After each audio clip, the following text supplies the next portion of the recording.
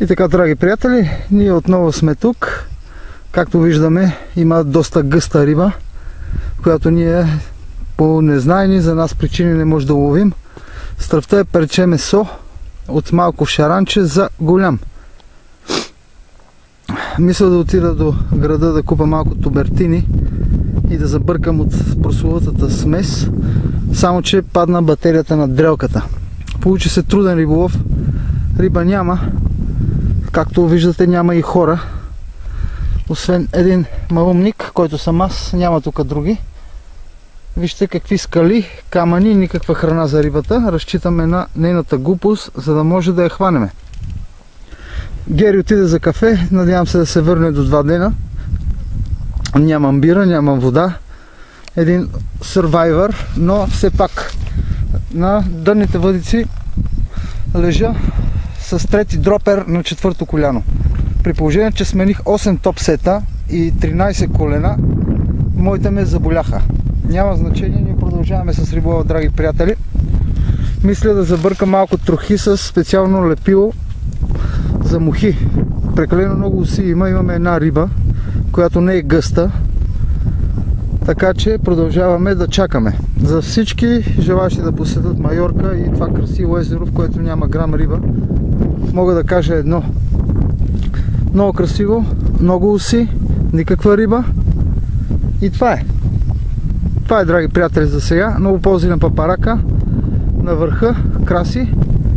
Специално мариански, като ходи на кленове за Гърция да ми се обади.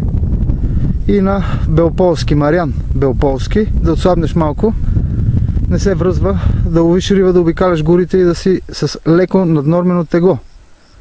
Оня ден гледах един твой филм за някакви пастърви, къде ловихте.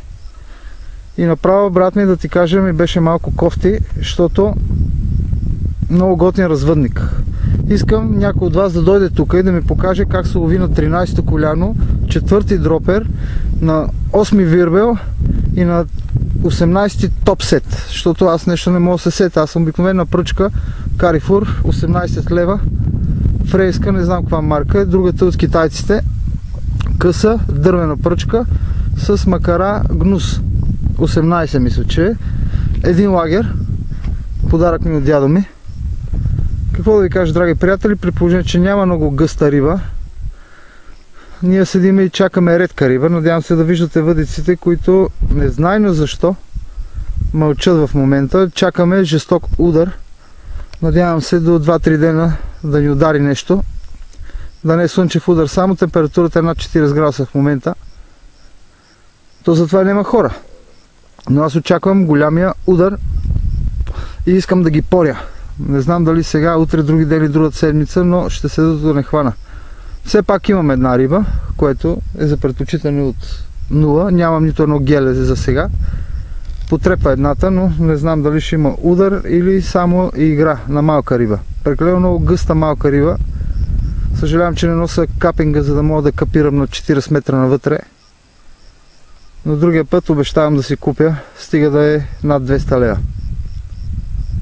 Бяли черви също не нося, както не нося царевица, не нося пинки и вардевас. За тях ще чакаме зимата, която тук е под порядъка на 18-20 градуса. И така, много ползи на България. Ако нещо ми удари, мога да ви цъкна, за да го видите. Ако не ми удари другата седмица, живи и здрави да сте, ще се видим тук. Много ползи на Мариански, Гери, Вархари и цялото предаване на Hobby TV. Чао от мене, специален кореспондент от каменния остров Майорка. Ето може да видите за какво идва реч. Няма шанс, няма дърво, няма дявол, няма риба, но все пак да видите за какво идва реч. Красиво езеро без риба, естествено. Но, драги приятели, това нас не трябва да ни бърка. Ето там горе, тази топка е на военните. Следът не знам и аз какво. Тук имаме малък баир.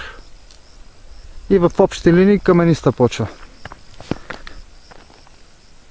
Дали да изчакаме още малко да видим удар или да се разделиме скоропостижно. Аз предлагам да бъде второто. Беше ми приятно. Специален кореспондент. Все пак ще повторя. Миро, Майорка.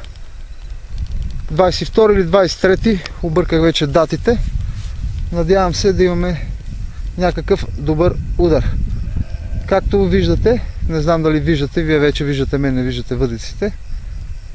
Аз както виждам, едната има паяк, но това не ни бърка, след малко ще го сложа за стръв. Лек ден и чао от мене, чао от Майорка, чао от Слънцето, чао от красивия язовир. Дано се видиме пак на следващия ни риболовен излет. Успех, приятели, и на сука!